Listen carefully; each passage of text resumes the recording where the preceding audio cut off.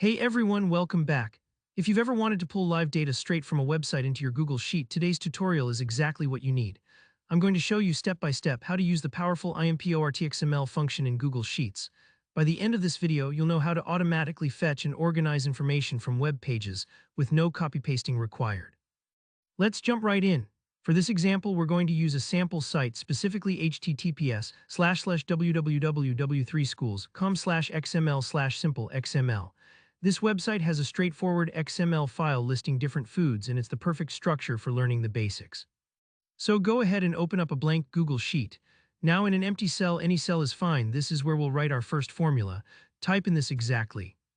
Equals Importxml https://www.w3schools.com/xml/simple.xml name. Let's break down what's happening here so you're not just copying the formula but understanding the magic behind it. Importxml is a special Google Sheets function that lets you grab information straight from a website, as long as the site has structured data like XML or HTML. This only works in Google Sheets, not in Excel or Apple numbers, so make sure you're in the right place.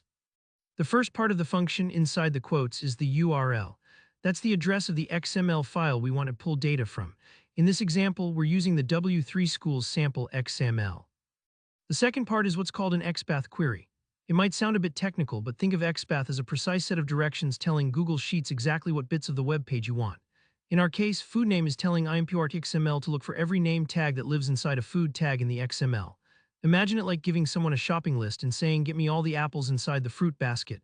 You only get what you asked for. Once you press enter, you might need to wait a moment. Google Sheets is reaching out to the website, gathering the data and organizing it into your sheet.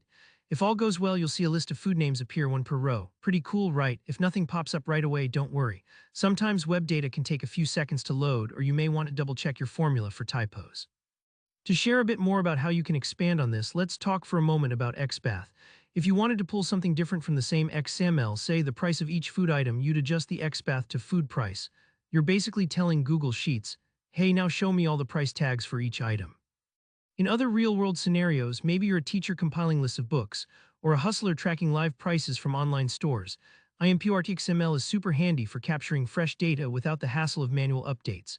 Just remember that not every website is structured like this XML, so sometimes you'll need to play around with the XPath query to get exactly what you want. And there you go, you've just pulled live web data straight into your spreadsheet using Importxml. Super useful for projects, research, or even keeping tabs on your favorite stuff around the internet. If you found this tutorial helpful, give it a thumbs up and let me know in the comments what you're planning to use Importxml for. If you have any questions, don't hesitate to ask. I'm here to help. And if you want more easy-to-follow Google Sheets tips, make sure to subscribe and hit that notification bell so you never miss a tutorial. Thanks for watching and happy spreadsheeting.